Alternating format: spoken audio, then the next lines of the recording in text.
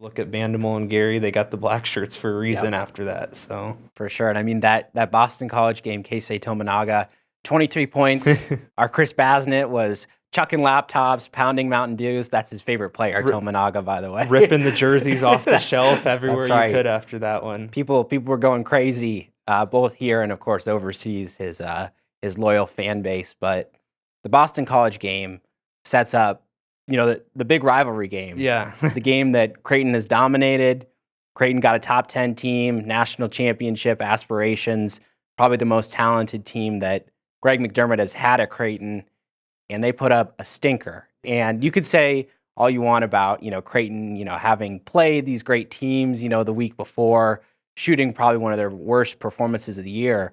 But at the same time, I mean, Nebraska harassed them all game long. Yeah, and especially, I mean, on paper, you look at it, Creighton won 10 of 11. Nebraska hadn't won in Omaha since 2004, and their last regular season win wasn't since 1995.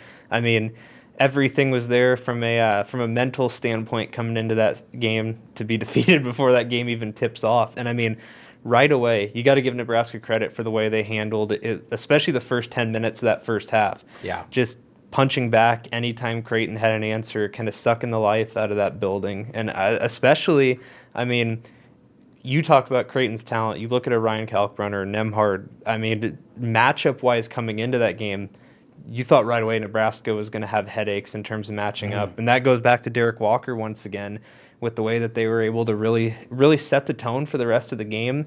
They come into halftime, and I want to say Creighton, 5 minutes or so into the start of the second half, had it down to a 1-point game.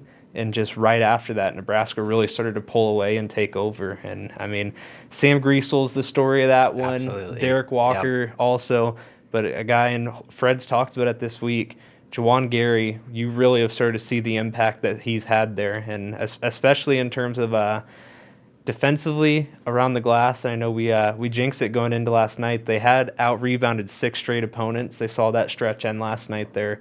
But they really took it to Creighton, all things considered, in that game. Yeah, I mean, your point about Juwan Gary, to me, he kind of feels like the all-around player, the guy who you're not saying, oh, go out there and score 20 or do whatever. It's just, hustle, play good defense, make a few shots, make the right passes. I mean, he does all that stuff really well. Yeah, and also to go back to their defense, and I mean, you said it yourself, there were stretches that game that I don't think Creighton could have fallen out of a boat and hit water with some of the shots they were taking. But it's Nebraska's defense kept everything to the perimeter. Yeah.